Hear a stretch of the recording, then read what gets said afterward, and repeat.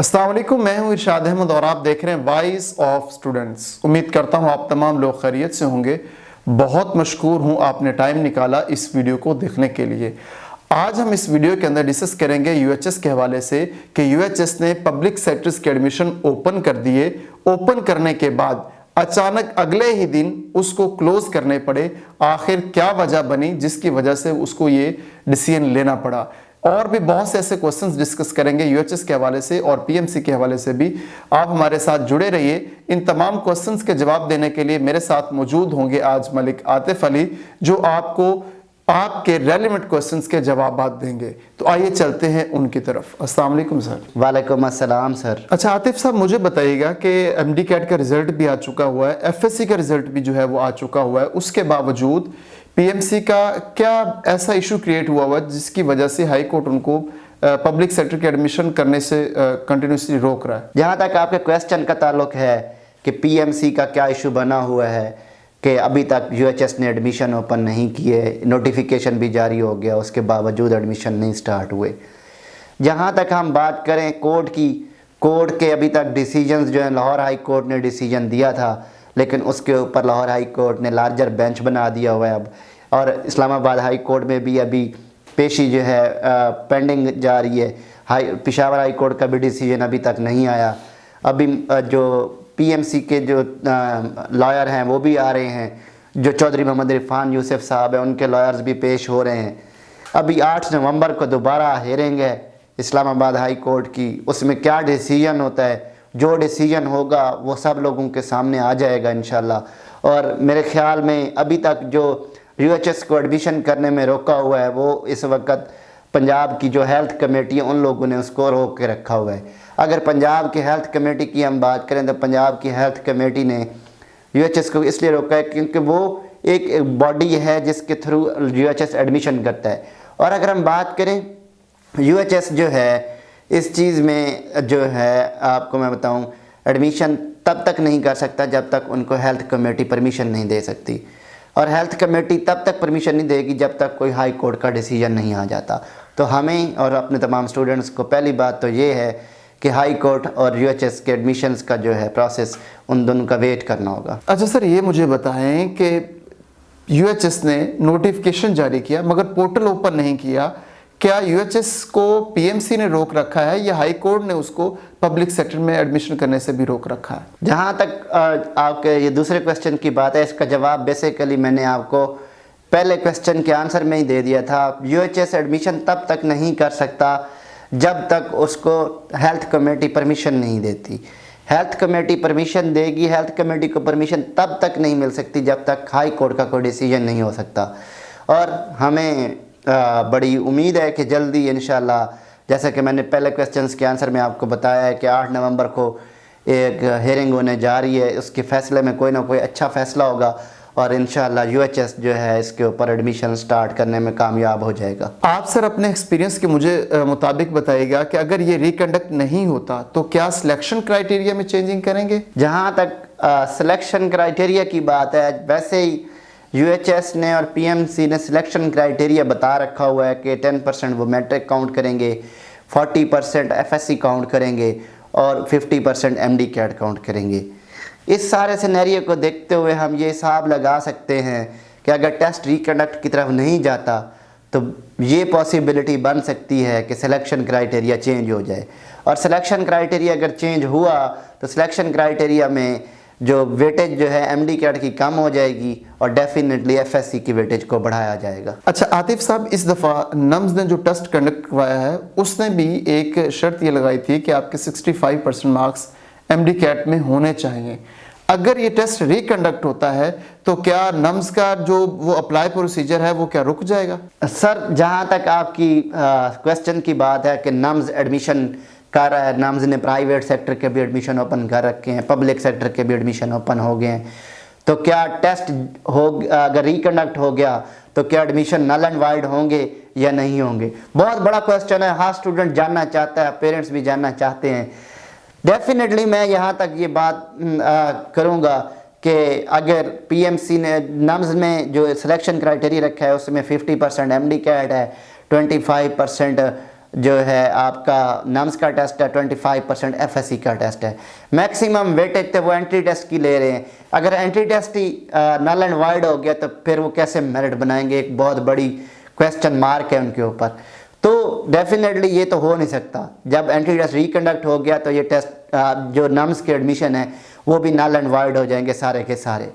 तो उस वक्त तक जब तक कोई फैसला नहीं आ जाता हम भी कुछ नहीं कह सकते हैं। हम और आप मिल के इस चीज़ का वेट करते हैं कि हाई कोर्ट इसके ऊपर क्या डिसीजन लेके आता है। और नम्स के एडमिशन जैसे मैंने पहले बता के रखा हुआ है कि अगर जो अब बच्चे हैं जो स्पेशल एग्ज़ाम दे रहे हैं या इम्प्रूवमेंट दे रहे हैं वो लोग भी 10 फरवरी तक नम्स में अप्लाई कर सकेंगे। अगर ना रिकंडक्ट ना हुआ तो फ़िलहाल तक का यही है कि हम दुआ करते हैं कि टेस्ट रिकंडक्ट ना ही हो, क्योंकि बच्चों का पहले भी बहुत वक्त ज़ाया हो चुका है और मज़ीद वक्त ज़ाया नहीं करना चाहिए पीएमसी को और आगे की तरफ बढ़ना चाहिए। अच्छा सर, ये एक और चीज़ देखने में आई है कि जो प्राइवेट मेडिकल कॉलेजेस हैं वो तो अपना एडमिशन कर रहे हैं और ये सारा प्रॉब्लम्स चल रहा है, उसके बावजूद वो एडमिशन कर रहे हैं। और अगर ये रिकंडक्शन की तरफ जाता है तो प्राइवेट मेडिकल कॉलेजेस किस तरह उनको हैंडल करेंगे? जहाँ तक प्राइवेट कॉलेजेस की बात है, प्राइवेट कॉलेजेस ने अभी ऑनलाइन अप्लाई होना स्टार्ट हुआ है।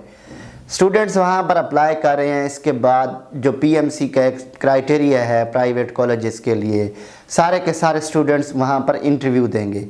वहाँ इंटरव्यू होंगे, इंटरव्यू होने के बाद इसके बाद डिसाइड होगा, मेरिट लिस्टें लगेंगी। जिन बच्चों का नाम आएगा वो प्राइवेट कॉलेजेस में अपनी फ़ीसें सबमिट करवाएंगे। और फ़ीस कैजुअल भी इस साल प्राइवेट मेडिकल कॉलेजेस का कैटेगरी वाइज कर दिया गया है। फ़ीस कैजुअल भी कम हो गया है। मैक्सिमम स्टूडेंट जो अफोर्ड कर सकते हैं वो वहाँ पर ए कैटेगरी में 12 लाख फ़ीस है। अगर बी कैटेगरी से नीचे वाले कॉलेजेस की बात करें तो 10 लाख रुपए तक फ़ीस है। तो प्राइवेट कॉलेजेस अभी एडमिशन नहीं कर रहे बल्कि वहाँ पर ऑनलाइन अप्लाई हो रहा है मेरिट लिस्ट के लिए।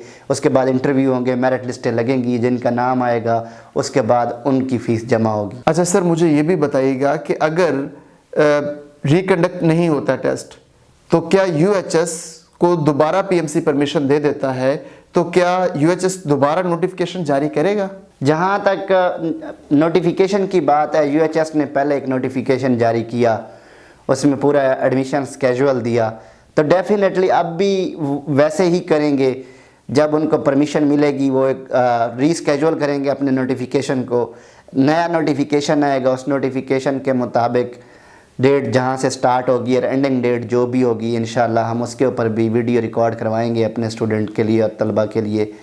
और जो रीस्केजुअल होगा उसके मुताबिक जो भी प्रोसेस होगा वो भी गाइड करेंगे। अच्छा सर, ये भी बताइएगा कि जो सिनेरियो पीछे हो गया, एमडी कैट का जैसा रिजल्ट आया, इंटर का जैसा रिजल्ट आया, इस तमाम सिनेरियो में एमडी कैट, एमबीबीएस और बीडीएस का पब्लिक सेक्टर्स का मेरिट कहाँ तक जाएगा? जहाँ तक मेरिट लिस्ट की बात है, अगर टेस्ट रिकंडक्ट नहीं होता, जो ऑलरेडी एमडी कैट का टेस्ट हो चुका है और पीएमसी का जो रिज़ल्ट आ चुका है और जो एफएससी का रिज़ल्ट आ चुका है, उस सारे सिनेरियो में हम अगर उसकी बात करें कि मेरिट एमबीबीएस का कहाँ पे स्टॉप, अगर बीडीएस का, तो अगर हम हमारे अंदाजे के मुताबिक जिनका 173 प्लस एमडी कैट में मार्क्स हैं और उधर से 1080 या 1070 प्लस मार्क्स हैं, वो बच्चे सिक्योर हैं।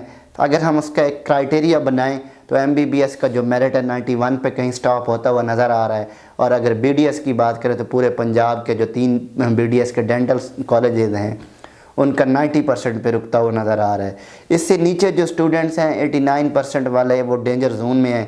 अब हम इसको डेफिनेटली जो रियलिटीज़ हम तो वो बताते हैं, बाकी इससे नीचे जो स्टूडेंट्स हैं अगर 89% पे बैठे हैं तो वो कोई ना कोई रास्ता और देखें। सर, आपके नॉलेज में है कि जो बाकी यूनिवर्सिटीज़ हैं जिन बच्चों का मेरिट कम है उनके एडमिशन तो भी रिसेंटली हो रहे हैं और ये थोड़ा अरसे बाद क्लोज हो जाएंगे, तो क्या उन स्टूडेंट्स को रिपीट करना चाहिए या उनको फर्दर यूनिवर्सिटीज़ में अप्लाई कर लेना चाहिए? जहाँ तक इसकी बात है कि जिन बच्चों का मेरिट कम है और वो वेट कर रहे हैं कि एमबीबीएस और बीडीएस में उनका नाम आ जाएगा, जैसा कि मैंने पहले सवाल में जवाब दिया कि वो डेंजर जोन में है, उनको क्या करना चाहिए? डेफिनेटली मैंने अपने इस चैनल के ऊपर वॉइस ऑफ स्टूडेंट्स के प्लेटफॉर्म से हर एक कॉलेज के अलाइड हेल्थ साइंसेस के प्रोग्राम्स, डीपीटी के प्रोग्राम, फार्मेसी के प्रोग्राम्स, पब्लिक सेक्टर की यूनिवर्सिटीज़ के हवाले से भी और प्राइवेट यूनिवर्सिटीज़ के हवाले से भी कुछ प्रोग्राम्स की लिस्ट और उनके ऊपर कैसे कैसे अप्लाई किया जा सकता है, उनका स्कोप क्या है, बता के रखा हुआ है। तो वो स्टूडेंट जिनका मेरिट नहीं बन रहा, बजाय वो वेट करने के हमारी वीडियोस को देखें। डीपीटी के हवाले से, फार्मेसी के हवाले से हमने मुख्तलिफ़ यूनिवर्सिटीज़ के ऊपर वीडियो यहाँ पर लगा के रखी हुई हैं। आप उनको देखें, उनको फॉलो करें, मे भी उनसे आपको कोई फ़ायदा हो जाए। आप अपनी दूसरी तरफ चले जाएं, कोई ऑप्शन अवेल कर लें, कोई बीएस प्रोग्राम अवेल कर लें, कोई अलाइड हेल्थ साइंसेस का प्रोग्राम अवेल कर लें, और इंशाल्लाह आप वहाँ पर अच्छा अगर परफॉर्म कर लेते हैं, अच्छी डिग्री ले लेते हैं, तो इंशाल्लाह उनमें भी अच्छा स्कोप है आगे। सर, जो प्रीवियस इनका स्केजुअल था उसके अकॉर्डिंग तो 3 जनवरी से क्लासेस स्टार्ट होने जा रही थी एमबीबीएस और बीडीएस की, तो क्या अभी तक एडमिशन ही नहीं स्टार्ट हुए? तो क्या कुछ अंदाज़ा लगाया जा सकता है कि अब इनकी क्लासेस कब तक स्टार्ट होंगी? जहाँ तक प्रीवियस स्केजुअल की बात है, उसमें तो 2 नवंबर से एडमिशन स्टार्ट होने थे, नहीं हुए, और एडमिशन 16 नवंबर से बंद होने थे। फिर उसके बाद मेरिट लिस्टें बननी थी, हाफ़िज़ कुरान का टेस्ट होना था, और फिर जाके मेरिट लिस्ट 10 दिसंबर को लग रही थी, और 3 जनवरी को जाके कोई क्लास स्टार्ट होनी थी एमबीबीएस और बीडीएस की नए सेशन की। अब चूँकि सेशन लेट हो गया है, डेफिनेटली 1 मंथ कम अज़ कम या फिर 20 दिन अप्लाई के मिलेंगे, और इसके बाद मेरिट लिस्ट होंगी, हाफ़िज़ कुरान के टेस्ट भी होंगे। तो अभी ये सेशन कहीं स्टार्ट होता हुआ फरवरी में नज़र आ रहा है हमें, तो मेरे ख्याल में कहीं फरवरी में जाके क्लासेस स्टार्ट होंगी, तब तक स्टूडेंट को वेट करना होगा। अच्छा सर, जो बच्चे स्पेशल एग्जाम में अपेयर हो रहे हैं, क्या वो 2021 के एमबीबीएस और बीडीएस के जो पब्लिक सेक्टर्स का है उसमें शामिल हो पाएंगे या नहीं हो पाएंगे? जहाँ तक मार्क्स इम्प्रूवमेंट और स्पेशल एग्ज़ाम की बात है, मार्क्स इम्प्रूवमेंट और स्पेशल एग्ज़ाम के जो स्टूडेंट हैं उनका जो एग्ज़ाम है वो 27 नवंबर से स्टार्ट हो रहा है। जिन बच्चों के नंबर कम आए थे 33% या फेल हुए थे, वो तो स्पेशल एग्ज़ाम में अपीयर हो रहे हैं, या फिर जो बच्चे मार्क्स इम्प्रूव करना चाह रहे हैं उन्होंने भी इस बार जल्दी इम्प्रूवमेंट के लिए नई पॉलिसी दे दी है बोर्ड्स ने। तो 27 नवंबर से पेपर स्टार्ट हो जाएंगे और उनका रिज़ल्ट इंशाल्लाह जनवरी में आ जाएगा। तो अभी तक जो नाम्स ने अनाउंस कर दिया हुआ है कि वो लोग 10 फरवरी तक अपना रिज़ल्ट सबमिट कर सकते हैं। उसमें अब एमडी कैट का भी अगर उनके अच्छे रिज़ल्ट्स हैं और अगर एफएससी में इम्प्रूव करके वो अच्छे मार्क्स लेके आए हैं, तो वो 10 फरवरी तक नाम्स के सीटों के ऊपर अप्लाई कर सकते हैं, पब्लिक सेक्टर के लिए और प्राइवेट सेक्टर के लिए। इसी तरह मैं अगर बात करूं, पंजाब में भी जब यूएचएस अपना एडमिशन ओपन करेगा तो इसके ऊपर वो भी कोई ना कोई पॉलिसी देगा। जहां तक मेरे ख्याल में जो स्पेशल एग्ज़ाम या इम्प्रूवमेंट कर रहे हैं एग्ज़ाम बच्चे, उनको भी मौका मिल रहा है इस बार। ये एक बड़ी अच्छी बात और एक अच्छा स्टूडेंट्स को फ़ायदा हो जाएगा इससे। वो जिन बच्चों ने एमडी कैट में अच्छे नंबर लिए हुए थे, बाय लक या बाय चांस उनके अच्छे नंबर नहीं आए एफएससी में, तो वो एफएससी इम्प्रूव करके जा सकते हैं, या किसी के एफएससी में थोड़े हैं तो वो भी इम्प्रूव करके आगे आ सकते हैं। तो मेरे ख्याल में ये स्टूडेंट के लिए बड़ा लकी चांस है जो मार्क्स इम्प्रूव कर रहे हैं और उसके साथ साथ जो स्पेशल एग्ज़ाम दे रहे हैं वो वहाँ पर अप्लाई कर सकेंगे।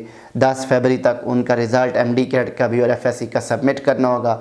उसका जो भी प्रोसेस होगा वो भी हम वॉइस ऑफ स्टूडेंट्स के प्लेटफॉर्म से इंशाल्लाह वीडियो लेकर आएंगे, इंशाल्लाह ज़रूर। अच्छा आतिफ साहब, इस तमाम सिनेरियो को देखते हुए आप काइंडली हमारे स्टूडेंट्स और पेरेंट्स को थोड़ा सा गाइड कर दीजिएगा। जहाँ तक इस सारे सिनेरियो की बात है कि बच्चों ने एमडी कैट का टेस्ट दिया, बच्चों ने उसके साथ साथ एफएससी का रिज़ल्ट भी आ गया उनका, और मुख्तलिफ़ यूनिवर्सिटीज़ के एडमिशन भी ओपन हो चुके हुए हैं, गवर्नमेंट सेक्टर के, प्राइवेट यूनिवर्सिटीज़ के, गवर्नमेंट कॉलेजेस के एडमिशन ओपन होने थे नहीं हुए, और अगर टेस्ट रिकंडक्ट की तरफ चला जाता है तो मसाइल साफ ज़ाहिर होंगे, यूनिवर्सिटीज़ वालों को भी होंगे, प्राइवेट कॉलेजेस वालों के भी होंगे, पब्लिक सेक्टर के लिए एडमिशन के लिए भी होंगे, स्टूडेंट्स के लिए मसाइल ही मसाइल हैं।